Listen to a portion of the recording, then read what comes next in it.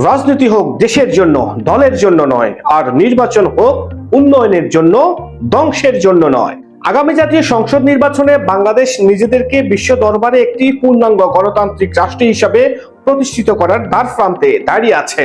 আগামী জাতীয় সংসদ নির্বাচন শুধুমাত্র ক্ষমতা পরিবর্তনের জন্য নয়, এটি আমাদের রাজনৈতিক এবং গণতান্ত্রিক রাষ্ট্রের ভবিষ্যৎ নির্ধারণ করবে।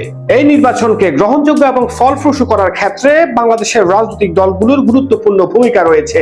আজকে আমার ভিডিওতে আমি বাংলাদেশের রাজনৈতিক দলগুলোর আগামী নির্বাচনে ভূমিকা নিয়ে আলোচনা করব। রাজনীতিতে মতবিরোধ থাকবে, কিন্তু তা কখনো মারামারি, কাটাকাটি কিংবা প্রাণহানির মতো ঘটনায় রূপ নিতে পারে না। রাজনীতিতে সহিংসতা কিংবা সহিংস আচরণ কোনোভাবেই গণতন্ত্রের লক্ষণ নয়, এটি বরং স্বৈরাচারী আচরণের লক্ষণ। আগামী নির্বাচনকে অর্থবহ এবং গ্রহণযোগ্য করার ক্ষেত্রে রাজনৈতিক দলগুলোকে অবশ্যই সহিংস আচরণ কিংবা রাজনৈতিক সহিংসতা থেকে দূরে থাকতে হবে। এক পক্ষ অন্য পক্ষকে শত্রু ভেবে নয়, প্রতিদ্বন্দ্বী হিসাবে মেনে চলুন। সংলাপ, আলোচনা, সমঝোতা, এই তিনটি পথই হচ্ছে সুষ্ঠু রাজনীতির অন্যতম চাবিকাঠি।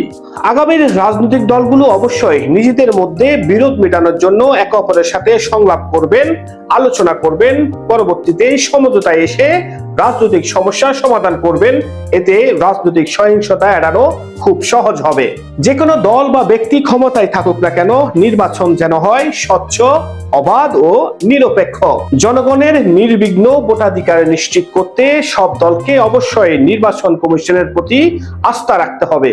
অন্য কোন দলের সমালোচনা করে তাকে ছোট করার চেষ্টা করবেন না। নিজের ক্ষমতা, নিজের কাজ, নিজের সততা দেখিয়ে জনগণের চোখে নিজের দলকে বড় করে দেখান। নীতির লড়াইয়ে জিতুন। রাজনীতিতে নোংরা ভাষা কিংবা কুৎসা রটানোর চর্চা বন্ধ করুন। তরুণরাই আগামীর বাংলাদেশ, তরুণদেরকে অবজ্ঞা করবেন না। দায়িত্বশীল আচরণের মাধ্যমে তরুণদেরকে রাজনীতিতে অংশগ্রহণ করার সুযোগ করে দিন। আগামীর বাংলাদেশ বিনির্মাণে তরুণদের ভূমিকা পালন করার সুযোগ দিন।